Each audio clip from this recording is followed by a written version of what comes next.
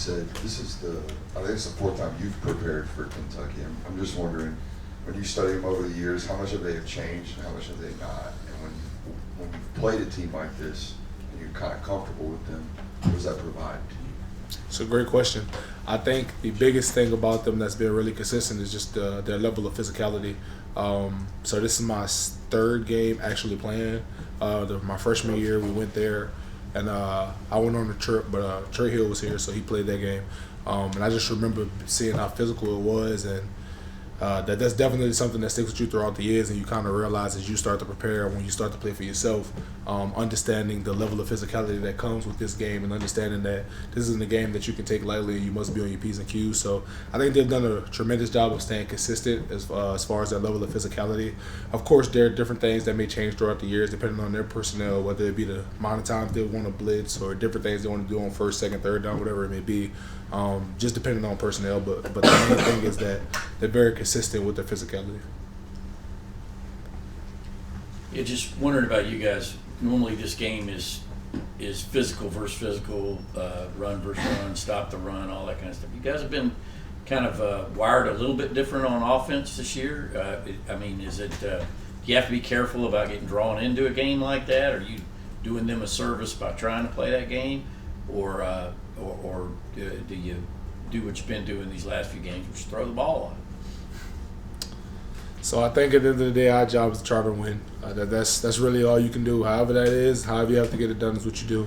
I think they're a great team, and they're going to do what they're going to do. They're going to run the ball. They're going to do play action, whatever it may be that works for them. And vice versa, we have to do what works for us. So whether it be a game that you have to win throwing the ball 50 times or it's a game you have to run the ball 50 times, at the end of the day, the goal is to try and win. So whatever that is, you adjust on the fly and you try to get it done. Sedrick, when we talked to Tate on Monday, he was frustrated with the run blocking himself, also the entire offensive line. Where do you feel like you guys are as an offensive line when it comes to run blocking, and what ways can you guys improve going forward? I think we're one block away from having some big ones. I think we've all taken turns, messing things up. I think we've had a numerous amount of plays where it's 4 out of the 5 guys doing the job perfect, and one guy may mess something up, and that's kind of the beauty of the position that we play.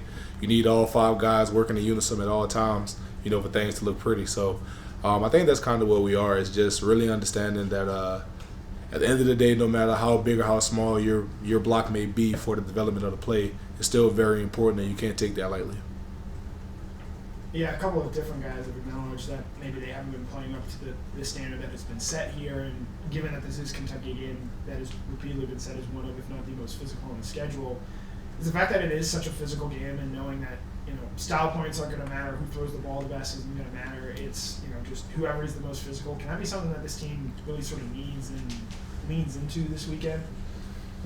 So if I'm understanding your question properly, you're basically asking, is being physical something that we want to lean into and kind of just make that our identity? Yeah, especially with the way the team has sort of been struggling these past couple of weeks. So I think that's something that we try to hang our hat on every year. If I'm just saying what Coach Smart preaches, I think the biggest thing is that we try our hardest to be a physical team, to go out there and depend on the run and stopping the run as well.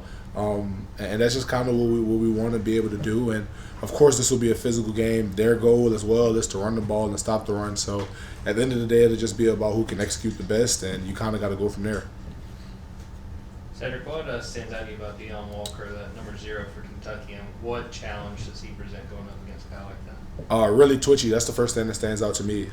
Is his ability to kind of improvise on the run and kind of just figure things out. There are some times that he may, I've seen on film where he may have been in a bad position as far as the O-lineman may have been under him and he's improvised by shedding a block or spinning out of a block, whatever it may have been. I think he does a tremendous job of kind of just really understanding what's going on. He's not a guy that just kind of goes to a gap and stops. He's a guy that is always looking to get to the ball. So I think he does a tremendous job of being twitchy and improvising on the run based upon what the offensive line is showing him.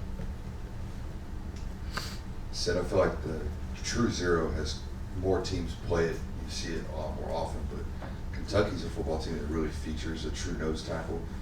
Talk to me the week of preparation when you know you're going into a game where you might be uncovered versus a game where you know you're going to be covered a lot of the snaps. Well, I think I'll speak for me specifically. I think you kind of prefer, to be covered up just for the simple fact of it's usually immediate. You don't have to read as much. You don't have to process what your guard's doing, what that G or that 3-tech's doing. You don't have to also process what the lineback's doing. It's usually kind of very simple in what you're doing for that assignment usually. Typically, it's either one or two things. Either that guy's going to rock or he's going to play into you. Somebody's going to fill that A gap. And at the end of the day, it's just going to be a matter of who can kind of do their job the best. So I think, speaking for me as a center, I kind of prefer to do that, especially with a great guy like they have. Number 9 is really, really good, really strong, really stout guy. I think he presents a great challenge for myself this week. And you kind of just look forward to things like that as a competitor. So just want to go out there and compete to the highest level, and hopefully I can shine some glory on God. Yeah, we're at the halfway point of the season. This is a top 20 ranked undefeated team coming in. You guys are undefeated, ranked number 1. You're heading into a month. There's going to be a few of these in a row. You guys jacked. I mean, what's the feeling going into Saturday night's game? ESPN night game, the vibe that you're getting on campus and heading into Saturday's game? Well, as far as the vibe on campus, I don't think I'm the right guy to ask just because I don't really have class on campus too much anymore. So I'm kind of just home in the facility throughout the day. So vibe in the locker room. Okay, that's fair. Yeah. So I think definitely the guys are excited for sure. I think that the guys are really looking forward to the opportunity, but I think the biggest thing is not becoming too excited or becoming too overstimulated. I think it's understanding that the game has to be played day in and day out. You can't play the game on Monday, Tuesday, and be burnt out by Friday. You kind of have to take it in stride. You have to prepare the right way. You have to give yourself a break in between that and then get back to work. So I think that's the biggest thing is being able to handle those emotions and understanding that there is a level of excitement, but also there's a level of, relaxation that kind of comes with it in between that kind of builds up throughout the week that goes on until you finally get to that, climax of preparation. Got to see a little bit more of Micah Morris. Where do you feel like he's improved the most over the course of the season? So I think Mike is really physical. If I had the skills that Mike had, gosh, I could only tell you. But I think he's a tremendous player. I think the biggest thing that he's done to me is really trying to understand what the coaches are asking of him. I think that's the biggest thing. I think when you're kind of just starting to play, I think there's a very interesting line between playing football and also trying to do exactly what the coaches are asking you to do. And sometimes it becomes blurry, and you kind of see that with the way that guys around the country play sometimes, just because there's usually, a blurred line with just going out there and having fun and playing ball, but also trying to be perfect and do exactly what your coach asks you to do. So I think that Mike has done a tremendous job of trying to do what Coach Charles is asking him to do, but also doing it within the scheme of what he knows how to do. So I think that's the biggest thing. Time for 2 more questions. Yeah, with the clock changes, it seems like the first quarter in particular is a shorter in terms of possessions and plays out there. And as an offensive guy, do you have a preference whether it be to get the ball first or do you just not care? That's hard to say, and the reason why it's hard to say because it kind of depends on what we're planning on doing that week. I think it depends on what Coach Smart, his aim is, whether or not he wants us to set the tone or whether or not he wants the defense to set the tone.